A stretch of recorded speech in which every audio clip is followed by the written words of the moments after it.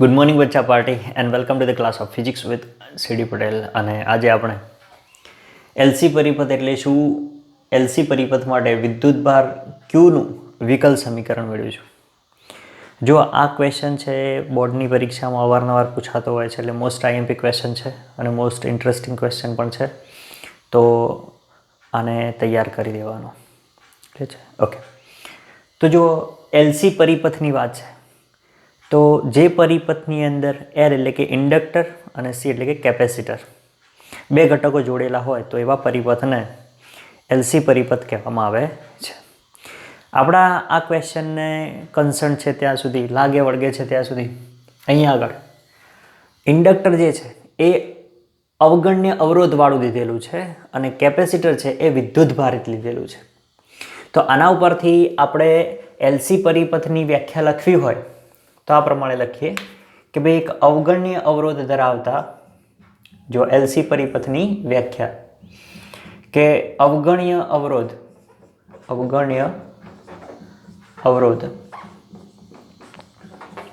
ધરાવતા ઇન્ડક્ટરને વિદ્યુત ભારિત કેપેસિટર, અહીંયા લખીએ આપણે વિદ્યુત ભારિત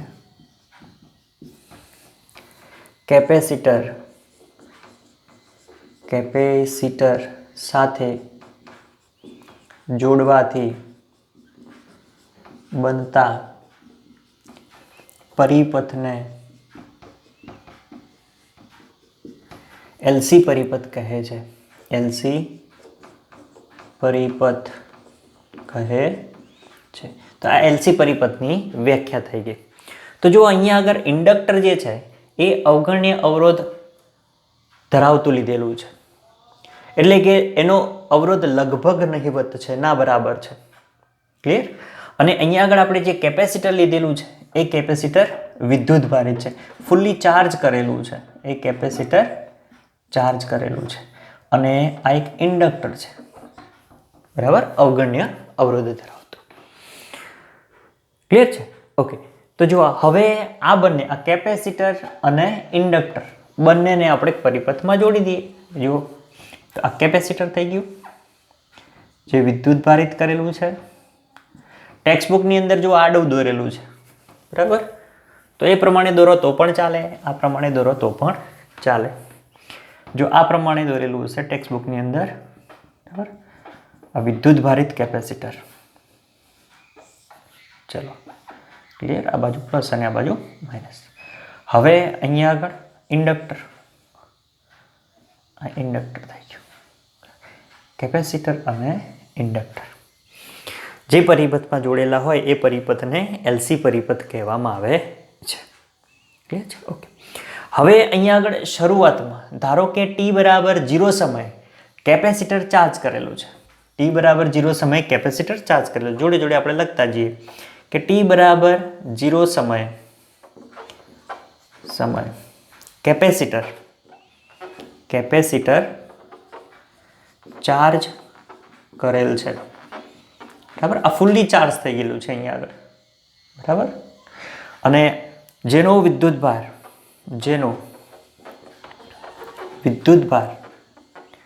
QM, મહત્તમ વિદ્યુતભાર છે, QM છે, બરાબર. આ કેપેસિટરનો જે વિદ્યુતભાર છે જ્યારે ફૂલ્લી ચાર્જ કરેલું હશે એ વખતે વિદ્યુતભાર QM છે, મહત્તમ છે. અને આ પરિપથમાંથી વહેતો પ્રવાહ કેવો હશે? 0. આપણે જ્યારે સર્કિટ જોડેલી નથી એ વખતની વાત કરું છું, આ પ્રમાણે અલગ અલગ છે એ વખતે, બરાબર. તો એ વખતે અહીંયા આગળ ખાલી પ્રવાહ કેવો છે? 0. અરે, અને એના કારણે આ ઇન્ડક્ટરમાંથી વહેતો પ્રવાહ પણ કેવો થાય? જો ઇન્ડક્ટરમાંથી વહેતો પ્રવાહ 0 થાય, બરાબર, વિદ્યુતભાર. અને અહીંયા લખીએ કે ઇન્ડક્ટરનો પ્રવાહ અથવા તો ઇન્ડક્ટરમાં વહેતો પ્રવાહ 0 છે. ક્યારે? t બરાબર 0 સમયે, શરૂઆતમાં. ક્લિયર? t બરાબર 0 સમયે કેપેસિટર ફૂલ્લી ચાર્જ છે, જેનો વિદ્યુતભાર QM છે અને ઇન્ડક્ટરમાં વહેતો પ્રવાહ 0 છે. ક્લિયર? ઓકે. હવે જે ક્ષણે આ કેપેસિટર અને ઇન્ડક્ટર બંનેને જોડી દઈએ અને આની અંદરથી એટલે કે પરિપથ પૂર્ણ કરવામાં આવે, જે ક્ષણે આ પરિપથ પૂર્ણ કરવામાં આવે એ વખતે કેપેસિટર પરનો વિદ્યુતભાર જે છે, આની અંદર જે વિદ્યુતભાર છે એ વાહક તાર દ્વારા શું થાય છે, ઇન્ડક્ટર પર જાય છે અહીંયાથી, અને વિદ્યુતભાર ગતિ કરે એનો મતલબ કે પરિપથમાં પ્રવાહ રચાય, પરિણામે આમાં શું થાય, પ્રવાહ રચાય છે. એટલે આની અંદરથી વિદ્યુતભાર કેવો થશે, કેપેસિટરમાંથી વિદ્યુતભાર ઘટશે, ધીરે ધીરે વિદ્યુતભાર શું થાય, અહીંયાથી ઘટે, જો ધીરે ધીરે વિદ્યુતભાર ઘટે, અને આમાંથી વિદ્યુતભાર ઘટે એટલે આ જે ઇન્ડક્ટર છે એ ઇન્ડક્ટરમાં ચુંબકીય ક્ષેત્રના સ્વરૂપમાં ઉર્જાનો સંગ્રહ થાય, બરાબર. જુઓ એટલે આ છેડો પ્લસ થશે, માઇનસ થશે, જો અહીંયા બંને વચ્ચે વિદ્યુત સ્થિતિમાનનો તફાવત પ્રસ્થાપિત થાય, બરાબર. અહીંયાથી એન્ટર થાય એટલે આનો વિરોધ કરે ને, બરાબર. ગૂંચળું છે, લેન્ઝના નિયમ પ્રમાણે શું કરશે, વિરોધ કરશે. અહીંયા આગળ સ્થિતિમાન વધારે હોય, અહીંયા આગળ સ્થિતિમાન ઓછું હોય. ક્લિયર? ઓકે. તો હવે અચ્છા પહેલાં આપણે આટલું લખી દઈએ એટલે તમને થિયરી લખવામાં આસાની રહે કે પરિપથ પૂર્ણ કરતા, અહીંયા આગળ જો કે પરિપથ પૂર્ણ કરતા એટલે કે કેપેસિટર અને ઇન્ડક્ટરને જોડીએ એ વખતની વાત છે. પરિપથમાંથી એટલે કે વાહક તારમાંથી, તો લખો પરિપથમાં પ્રવાહ વહે છે, પરિપથમાં પ્રવાહ વહે છે. એનો મતલબ એવો કે કેપેસિટર પરનો વિદ્યુતભાર ઘટે છે, બરાબર. એટલે કે કેપેસિટર પરનો વિદ્યુતભાર ઘટે છે.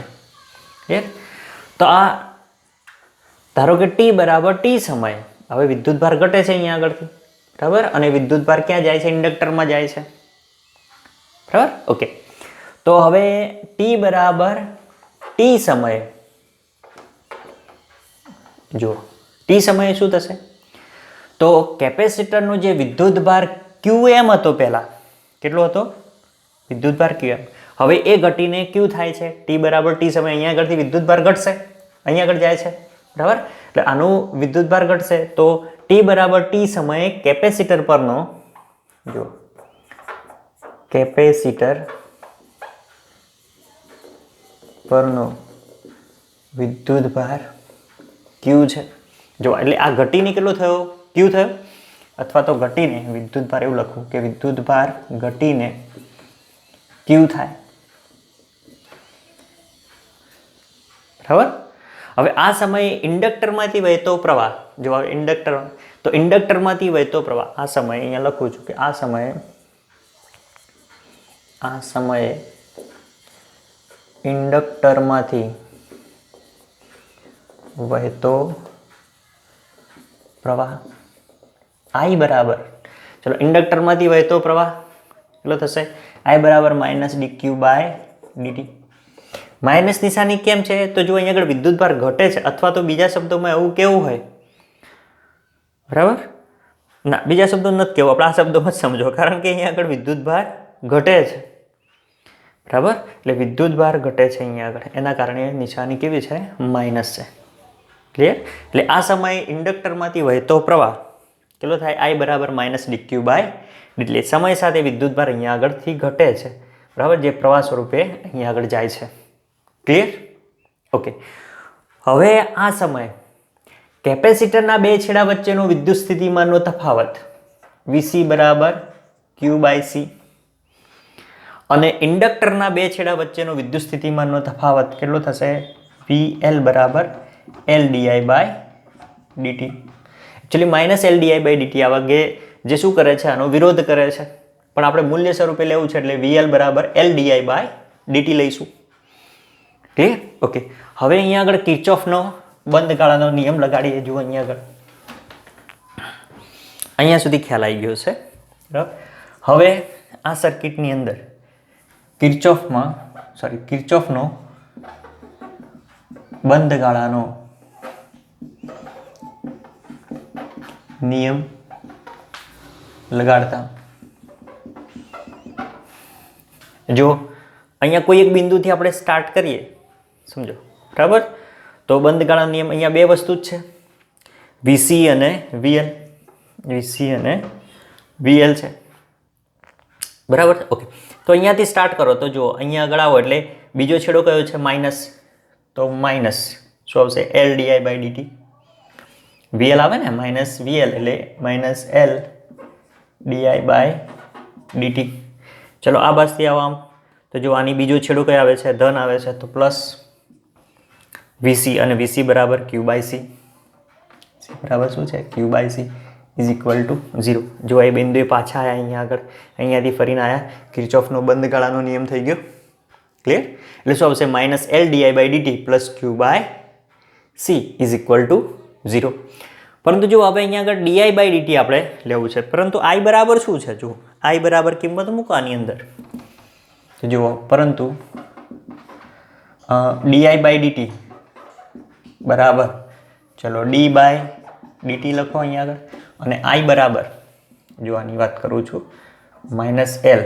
આપણે આ ડીઆઈ બાય ડીટીની જગ્યાએ શું મૂકીએ? જુઓ અહીંયા આગળ, તો આઈની જગ્યાએ માઇનસ ડીક્યુ બાય ડીટી છે, તો આની જગ્યાએ માઇનસ ડીક્યુ બાય ડીટી મૂકો. તો ચલો માઇનસ પર આવશે એટલે minus D square Q, minus D square Q by DT square.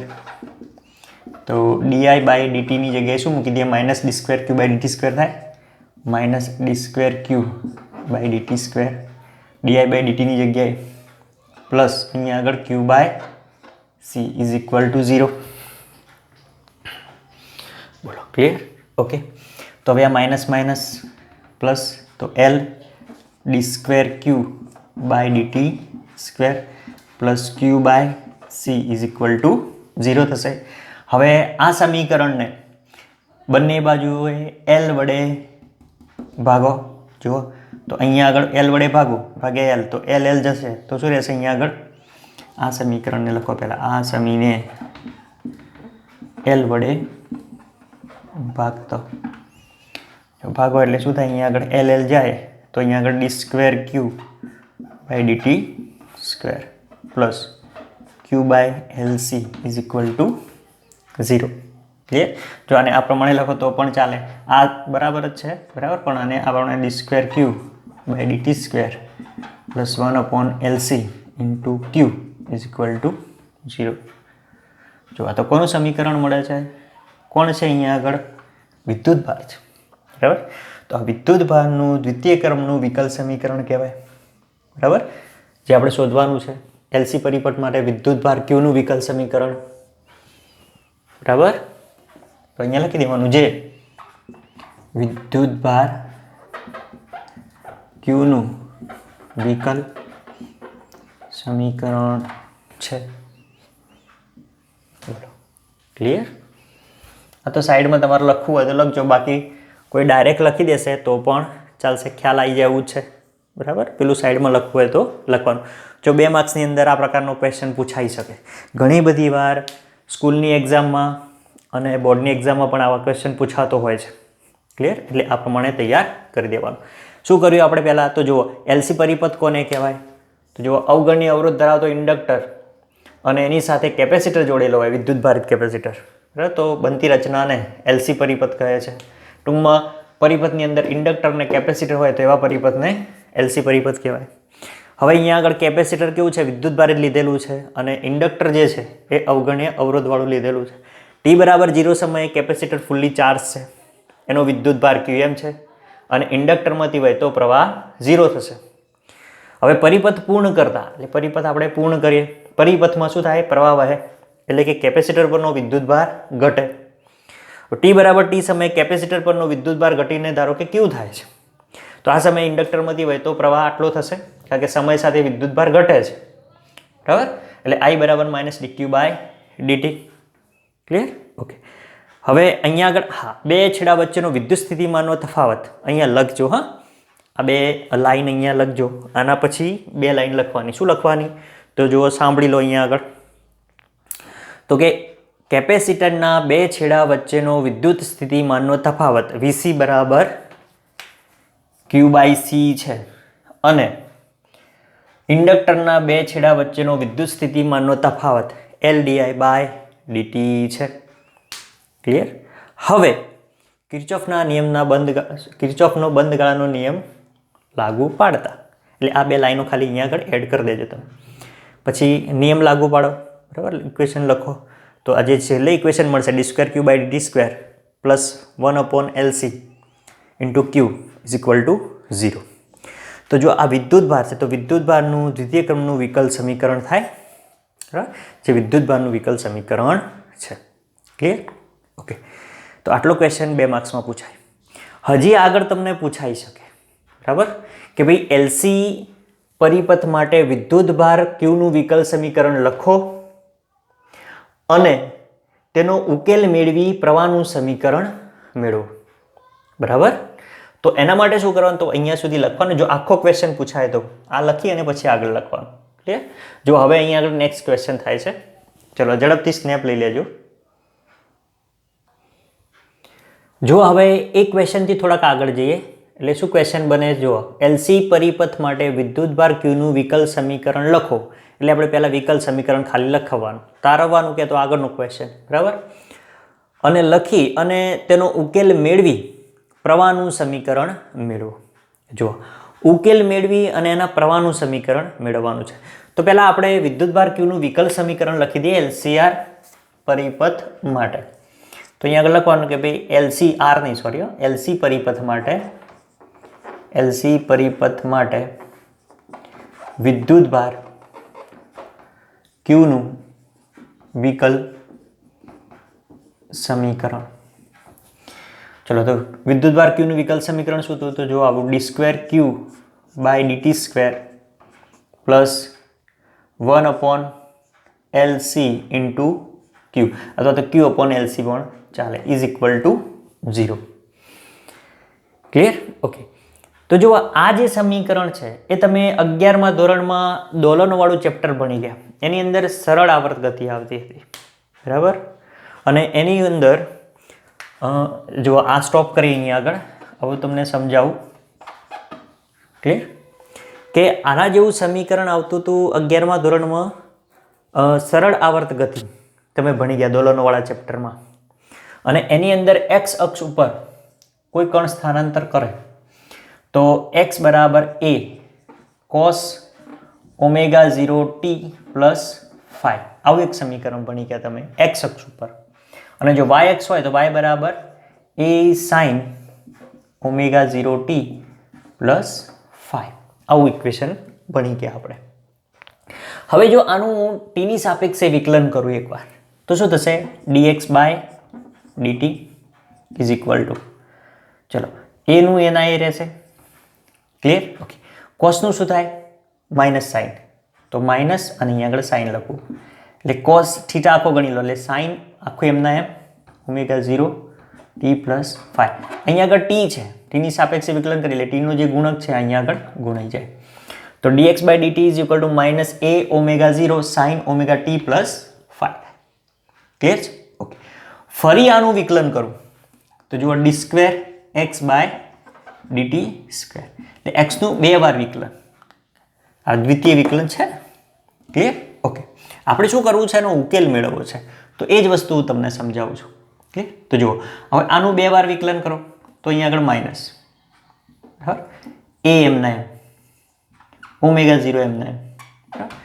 હવે સાઇન ωt પ્લસ 5 તો સાઇનનું શું થાય? કોસ ω0t પ્લસ 5 અને આ ω0 છે આગળ ગુણાઈ જાય. ક્લિયર? ઓકે. તો ચલો ω0 ઇન્ટુ ω0 તો માઇનસ ω0² અને આ જુઓ a cos ω0t plus 5 a cos ω0t plus 5 છે. બોલો તેની જગ્યાએ શું લખી દઈએ આપણે? x. તો આની જગ્યાએ આપણે શું લખી દઈશું? x. તો અહીંયા આગળ d2x/dt² is equal to minus ω0² x થાય. ક્લિયર? ઓકે. હવે આ પદને હું આ બાજુ લાવી દઉં. જુઓ તો d2x/dt² plus ω0² into x is equal to 0. તો જો આ એક્સનું દ્વિતીય ક્રમનું વિકલ સમીકરણ મળ્યું આપણને. શું મળ્યું? એક્સનું દ્વિતીય ક્રમનું વિકલ સમીકરણ. જો આ સમીકરણ છે આના જેવું દેખાય છે. આ કોના માટે છે? એક્સનું વિકલ સમીકરણ છે, એક્સનું વિકલ સમીકરણ. તો આ સમીકરણ આપણને કોના ઉપરથી મળે છે? તો આના ઉપરથી. એનો મતલબ કે આ એક્સના વિકલ સમીકરણનો ઉકેલ આ થયો. આ શું થયો? એનો ઉકેલ થયો. બરાબર. તો જો આના જેવું જ ઇક્વેશન આ છે. બરાબર. ધેરફોર આપણે એવું લખીએ અહીંયા આગળ. ચલો હવે એને સ્ટાર્ટ કરીએ. બરાબર. સ્ટોપનું શું કરીએ હવે? સ્ટાર્ટ. તો આ જે સમીકરણ મળ્યું એ સમીકરણ આના જેવું છે. D square X by DT square plus omega 0 square X is equal to 0 ના જેવું છે. એક્ઝેક્ટ એ જ છે નહીં. બરાબર. આ એના જેવું છે. જુઓ, ક્લિયર? એટલે અહીંયા આગળ જે ક્યુ કામ કરે એ અહીંયા આગળ એક્સ કામ કરે છે. બરાબર. ક્યુના જેવો શું છે? એક્સ છે. અને અહીંયા આગળ ઓમેગા 0 સ્ક્વેરના જેવો શું છે? 1 અપોન એલસી છે. બરાબર. શું છે? 1 અપોન એલસી છે. બરાબર. તો હવે આ સમીકરણનો ઉકેલ જો આવો હોય, જો આ સમીકરણનો ઉકેલ આવો હોય, એક્સ બરાબર એ કોસ ઓમેગા 0t પ્લસ 5. બરાબર. તો આ સમીકરણનો અહીંયા લખવાનો કે આ સમીકરણનો ઉકેલ, ચલો, તો આ એક્સ છે. એક્સની જગ્યાએ શું આવે? જો એક્સની જગ્યાએ શું છે? વિદ્યુતભાર ક્યુ. તો વિદ્યુતભાર ક્યુ ઇઝ ઇક્વલ ટુ, ચલો, એ એટલે શું છે? તો મહત્તમ સ્થાનાંતર. એ શું છે? મહત્તમ સ્થાનાંતર. આ એક્સ એ શું છે? સ્થાનાંતર. તો એ શું છે? મહત્તમ સ્થાનાંતર અથવા તો કંપ વિસ્તાર. શું કહેવાય? કંપ વિસ્તાર. તો એ જ પ્રમાણે એની જગ્યાએ શું કામ કરે? ક્યુ મહત્તમ, ક્યુ એમ એનો કંપ વિસ્તાર. બરાબર. પછી કોસ, પછી ઓમેગા 0 ટુ ટી પ્લસ 5. બરાબર. તો આ સમીકરણનો ઉકેલ આ થાય. ક્લિયર? આ તમારે લખવાનું નથી. બરાબર. આટલું. બરાબર. તો આ સમીકરણ જેવું થાય અને એનો ઉકેલ આપણને ખ્યાલ છે કે પેલો છે. બરાબર. જેને લખવું હોય સાઈડમાં લખી દે કે આટલો ઉકેલ છે. અને એના ઉપરથી આ સમીકરણનો ઉકેલ ક્યુ બરાબર QM cos omega 0t plus 5 થાય. બોલો, ક્લિયર? ઓકે. જ્યાં અહીંયા લખું છું, જ્યાં QM મહત્તમ વિદ્યુતભાર, મહત્તમ વિદ્યુતભાર. બરાબર. અને આ જો ફાઈ, આખાને શું કહેવાય? કળા. બરાબર. અને ફાઈ એને પ્રારંભિક કળા છે. આપણી ટેક્સ્ટબુકની અંદર પ્રારંભિક કળા, આ કળા અચળાંક લખેલો છે. એટલે આપણે શું લખીશું અહીંયા આગળ? કળા અચળાંક. કળા અચળાંક. ક્લિયર છે? તો QM બરાબર મહત્તમ વિદ્યુતભાર અને ફાઈ એ કળા અચળાંક છે. ક્લિયર છે? ઓકે. હવે જુઓ અહીંયા આગળ કે પ્રારંભમાં આપણે આગળની વાત કરીએ. આ વિદ્યુતભારનું સમીકરણ લખ્યું ને એલસી પરિપથમાં. બરાબર. વાત કોની કરીએ છીએ આપણે? એલસી પરિપથની. તો જો એલસી પરિપથની અંદર, એક મિનિટ, જરા સાફ કરતો બોર્ડ. હા, જુઓ, તો આપણે એલસી પરિપથ માટે વાત કરતા હતા. તો શરૂઆતમાં, બરાબર, ટી બરાબર 0 સમય, જો ટી બરાબર 0 સમય શું હતી કન્ડિશન? તો કેપેસિટર પરનો વિદ્યુતભાર મહત્તમ હતો. કેપેસિટર પરનો વિદ્યુતભાર કેટલો હતો? QM. અને એ વખતે ઇન્ડક્ટરમાંથી વહેતો પ્રવાહ, ઇન્ડક્ટરમાં વહેતો પ્રવાહ કેટલો હતો? 0. બરાબર. અને ટી બરાબર ટી સમયે, ટી બરાબર ટી સમયે કેપેસિટર પરનો વિદ્યુતભાર, કેપેસિટર પરનો વિદ્યુતભાર ઘટીને કેટલો થતો હતો? Q. ઘટીને Q થતો હતો. અને એ વખતે ઇન્ડક્ટરમાં પ્રવાહ I બરાબર માઇનસ dq બાય dt હતો. માઇનસ dq બાય dt હતો. બરાબર છે? ઓકે. તો શરૂઆતમાં આપણે ટી બરાબર 0 સમયે જે વિદ્યુતભારનું વિકલ સમીકરણ છે, આ ઉકેલ, આ શું મળી ગયું આપણને? આનો ઉકેલ. આપણે આના ઉપરથી ડાયરેક્ટ લખી દીધો અને કેવી રીતે આવ્યો એ મેં અહીંયા આગળ તમને તારવી અને સમજાવ્યું. તો નોટની બાજુમાં જ્યારે લખો, ચોપડીમાં લખતા હોય તો ચોપડીમાં સાઈડમાં લખી રાખવાનું, બરાબર, જેથી તમને ખ્યાલ આવે વાંચતી વખતે, તૈયાર કરતા હોય થિયરી તો એ વખતે. ક્લિયર? જો તૈયાર કરતા હોય તો સાહેબ કરીએ જ છીએ, બધાને એક્ઝામ આપવાની જ છે. હા, ચલો. તો t બરાબર 0 સમય, જો અહીંયા લખીએ કે ભાઈ પ્રારંભમાં એટલે કે t બરાબર 0 સમયે વિદ્યુતભાર qm છે, બરાબર. તો વિદ્યુતભાર qm હોય તો અહીંયા આગળ શું q ની જગ્યાએ શું લખાશે? qm. તો qm ઇઝ ઇક્વલ ટુ અહીંયા આગળ qm cos omega 0t plus phi થશે.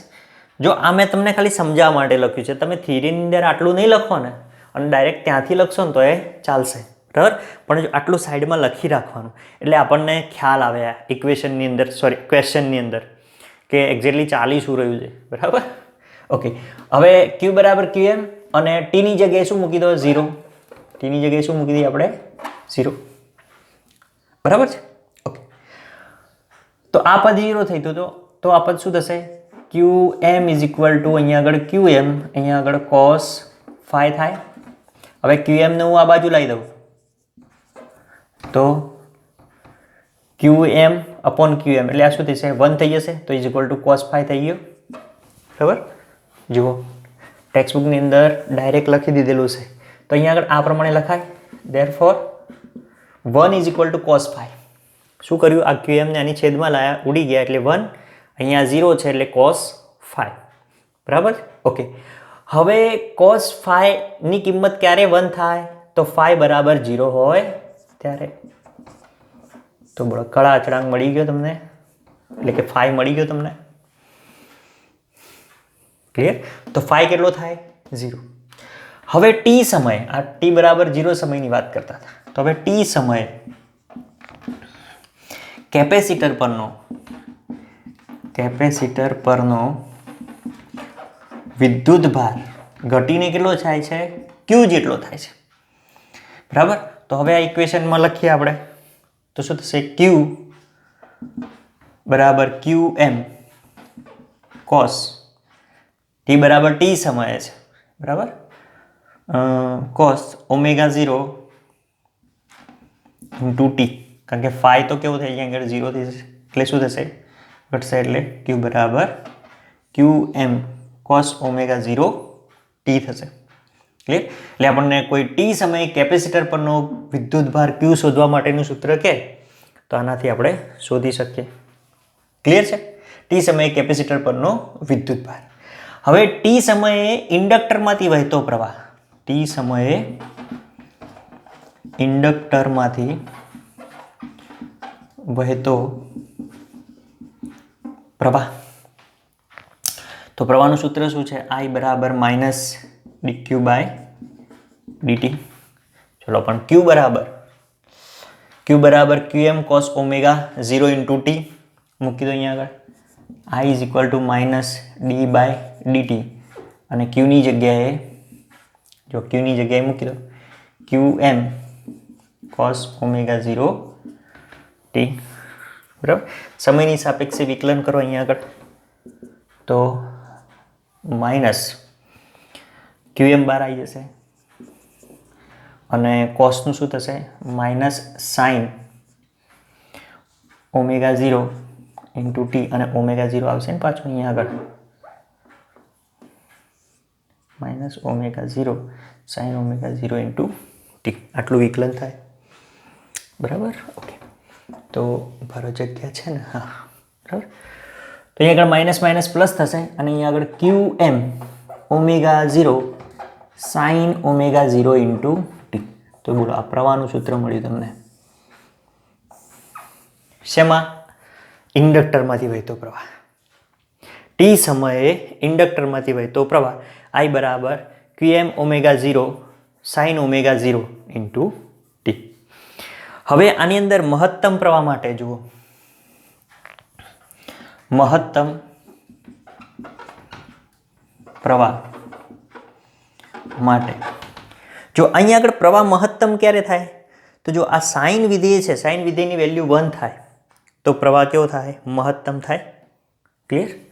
તો મહત્તમ પ્રવાહ માટે સાઇન વિધેયની કિંમત 1 થવી જોઈએ, અથવા તો 1 થાય ત્યારે. તો હવે આની કિંમત આપણે શું કરી દઈએ? 1 મૂકી દઈએ. તો પ્રવાહ IM બરાબર શું થશે? QM omega 0. આની કિંમત 1 થાય, અહીંયા આગળ જો 1 થાય તો આ પ્રવાહ જે છે મહત્તમ થઈ જાય. આમ તો આના પ્રમાણે બદલાય છે, બરાબર. તો IM બરાબર QM ઓમેગા 0. ક્લિયર? તો હવે QM ઓમેગા 0 ની જગ્યાએ IM મૂકી દો. Therefore I બરાબર IM sin omega 0 into T. બોલો, ક્લિયર? તો આ કોઈ ટી સમયે ઇન્ડક્ટરમાંથી વહેતા પ્રવાહ માટેનું સૂત્ર થઈ ગયું, બરાબર. તો પ્રવાહનું સમીકરણ મેળવો. શું કીધું હતું અહીંયા આગળ? પ્રવાહનું સમીકરણ. તો આ થઈ ગયું તમારું પ્રવાહનું સમીકરણ. ક્લિયર છે? ઉકેલ મેળવી તો આ ઉકેલ થઈ ગયો. ક્લિયર? તો આ ઉકેલ પછી આ પ્રવાહનું સમીકરણ. તમારે આ વિદ્યુતભારનું સમીકરણ પણ યાદ રાખવાનું. આ વિદ્યુતભારનું સમીકરણ યાદ રાખવાનું, પ્રવાહનું સમીકરણ યાદ રાખવાનું. ક્લિયર? આટલી વસ્તુ તમારે યાદ રાખવું.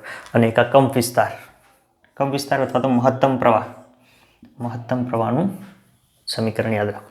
ચલો ઝડપથી સ્નેપ લઈ લો. અને હા, આના માટે તમને જો અનુનાદીય આવૃત્તિ પૂછે તો જો આ બે સમીકરણો જ્યારે સરખાવો ત્યારે અહીંયા આગળ ઓમેગા 0 સ્ક્વેર છે ઇઝ ઇક્વલ ટુ શું થાય? 1/LC થાય. તો જુઓ અહીંયા આગળ ઓમેગા 0 સ્ક્વેર બરાબર 1/LC. તો ઓમેગા 0 બરાબર 1/ સ્ક્વેર વાળા બાજુ રૂટ આવી જાય તો રૂટ LC થાય. પરંતુ અનુનાદી આવૃત્તિ માટે કીધું હોય, બરાબર, તો 2πf0 આપણી ટેક્સ્ટબુકમાં ν0 આપેલો હોય તો 1/√LC અને f0 એટલે અનુનાદીય આવૃત્તિ. આ શું થાય? અનુનાદીય કોણીય આવૃત્તિ. આ આવૃત્તિ તો 1/2π√LC. આ એક સમીકરણ થઈ જાય. ક્લિયર? ઓકે. તો પેલું અહીંયા હાલ તમારે લખવાનું નથી. જો આના ઉપરથી આપણે એક MCQ જોઈએ. જો હું બતાવું. પહેલાનો સ્નેપ લઈ લો ઝડપથી. જો અહીંયા આગળ મેં તમને હાલ જે ઇક્વેશન તાપ્યું એના ઉપરથી એક MCQ જોઈ લઈએ અને આપણે જે આગળ થિયરી ભણ્યા એના અનુસંધાનમાં કે અવગણનીય અવરોધ ધરાવતા 50 મિલી હેનરી આત્મપ્રેરકત્વવાળા ઇન્ડક્ટર, એટલે ઇન્ડક્ટર આપેલું છે L બરાબર 50 મિલી હેનરી, એટલે એના હેનરી કરો તો 50 ગુણ્યા 10⁻³ હેનરી, બરાબર છે. ઓકે. અને બીજી રીતે લખવું હોય તો 5 ગુણ્યા 10⁻² હેનરી, બરાબર. અને 500 પિકો ફેરાડે કેપેસિટન્સ ધરાવતા એટલે C બરાબર 500 પિકો ફેરાડે એટલે 500 ગુણ્યા 10⁻² ફેરાડે. બે ઓછા કરો આમાંથી એટલે 5 ગુણ્યા 10⁻10 ફેરાડે થાય. ક્લિયર? તો ધરાવતા પરિપથની અનુનાદીય આવૃત્તિ જુઓ, એટલે આ કઈ આવૃત્તિ થાય? અનુનાદીય. અને આ અનુનાદીય કોણીય આવૃત્તિ, બરાબર. તો જો એનું સૂત્ર સીધી કિંમત જ મૂકવાની રહી. હવે તો f0 અથવા તો ν0 પણ ચાલે લખો તો તમે, બરાબર. 1/2π√LC. ઘણી કાઢો ફટાફટ, આમાં વાર હોય. ચલો 1/√, એટલે કે 2 3.14. તમને જે પ્રમાણે ઓપ્શન આપેલા હોય એ પ્રમાણે તમારે ગણવાનું. જો પાઈની અંદર ઓપ્શન આપેલા હોય તો આ એમને એમ રહેવા દેવાનું, બરાબર. 2π, ચલો 2π √. ચલો L કેટલા છે? 5 ગુણ્યા 10⁻², C 5 ગુણ્યા 10⁻10, એટલે 1/2. ચલો 5 × 5 = 25 નું રૂટ 5 એટલે 2π × 5 અને 10 × 12 12 ની 1/2 ઘાત એટલે 6 થાય, 6 દુ 12 એટલે 10 ની -6 ઘાત. -6 ઘાત ઉપર જાય, બરાબર છે ને? હા. તો જો અહીંયા આગળ -6 ઘાત ઉપર જાય તો 10 ની +6 ઘાત અને નીચે 5 દુ 10 પાય, બરાબર. આ એક હવામાં એટલે 5 એટલે આન્સર આવે 10 ની 5 ઘાત પાય. ક્લિયર? જો આવો તમને ઓપ્શન આપેલો હોય 4 ઓપ્શનમાં તો લખવાનો. અને જો આગળ કિંમત આપેલી હોય તો અહીંયા આગળ નીચે 3.14 મૂકો, બરાબર. તો એ પ્રમાણે તમને વેલ્યુ મળશે. ક્લિયર? એટલે આ પ્રમાણે તમે શોધી શકો. ઓકે, હવે એલસીઆર શ્રેણી પરિપથમાં બીજો એમસીક્યુ જોઈએ આપણે અહીંયા આગળ કે એલસીઆર શ્રેણી પરિપથમાં સી બરાબર 10 માઇક્રોફેરાડે, 10 માઇક્રોફેરાડે એના ફેરાડે કરો 10 × 10 ની -6 ઘાત ફેરાડે એટલે 10 ની -5 ઘાત ફેરાડે થાય. ઓકે, અને અહીંયા આગળ ઓમેગા બરાબર 1000 રેડિયન પર સેકન્ડ, બરાબર. એટલે આ 10 ની 3 ઘાત તમે ડાયરેક્ટલી લખી શકો રેડિયન પર સેકન્ડ. એ રીતે લખો તો પણ ચાલે, આ રીતે લખશો તો પણ ચાલે. હોય તો એલના કયા મૂલ્ય માટે પ્રવાહ મહત્તમ મળે? એલના કયા મૂલ્ય માટે પ્રવાહ મહત્તમ મળે? એટલે અહીંયા આગળ પ્રવાહ મહત્તમ પ્રવાહ નહીં માગ્યો, એલના કયા મૂલ્ય માટે એટલે એલ માગ્યો છે. જો પાછા અમુક છે સાહેબ મહત્તમ પ્રવાહ ધારો, આવું તો કોઈ સૂત્ર છે જ નહીં, બરાબર. તો જો તમને અહીંયા આગળ ઓમેગા આપેલો છે, બરાબર. એલસીઆર શ્રેણી પરિપથ છે, એલ અને સી એટલે અનુનાદ થવાનું. ક્લિયર છે? ઓકે, તો અનુનાદીય કોણીય આવૃત્તિ ઓમેગા બરાબર ω0 બરાબર 1/√LC. ક્લિયર? તો જો અમે સ્ક્વેર કરો ω² બરાબર 1/LC, કારણ કે આપણે એલ જોઈએ છે, એલ શોધવાનો છે. તો ચલો એલ ને કરતા બનાવો તો એલ = 1/ω² × C, બરાબર. આવું જ થશે ને? ઓકે, તો અહીંયા આગળ 1/ ચલો ઓમેગા એટલે 10 ની 3 ઘાત, 10 ની 3 ઘાતનો વર્ગ ગુણ્યા C, 10 ની -5 કહેવાય. 10 × 10 ની -6 એટલે 10 ની -5 ઉપર જાય તો જો 10 ની 5 નીચે છેદમાં 3 દુ 6, 10 ની 6 ઘાત, બરાબર. એટલે અહીંયા આ નીકળી જશે એટલે 1/10 1/10 એટલે આન્સર આવશે એ અહીંયાથી, હા અહીંયા લખું છું એલ બરાબર 1/10 એટલે 0.1 હેનરી, બરાબર. જો મિલી હેનરી માગ્યો હોય તો જો 1 2 3 3 ગુણી કાઢો એટલે 100 × 10 ની -3 ઘાત હેનરી એટલે મિલી હેનરી થઈ ગયા એટલે 100 મિલી હેનરી એલ બરાબર. ચલો ક્લિયર? એટલે તમારો 0.1 હેનરી થઈ જાય. બોલો, આવડશે? તો આ પ્રકારના ઇઝી એમસીક્યુ હોય, પરંતુ તમે રકમ જોઈને ગભરાઈ જાઓ કે આ બધું શું આપેલું છે, બરાબર. એવું ક્યારે થાય? તો જ્યારે તૈયારી ના કરી હોય ત્યારે. જો એમસીક્યુ ગણવા પડે ભાઈ, પ્રેક્ટિસ કરવી પડે. જેટલી પ્રેક્ટિસ કરશો એટલું વધારે તમને આવડે. ક્લિયર? તો ભણતા રહો, મળીએ નેક્સ્ટ લેક્ચરમાં. Tata, bye bye.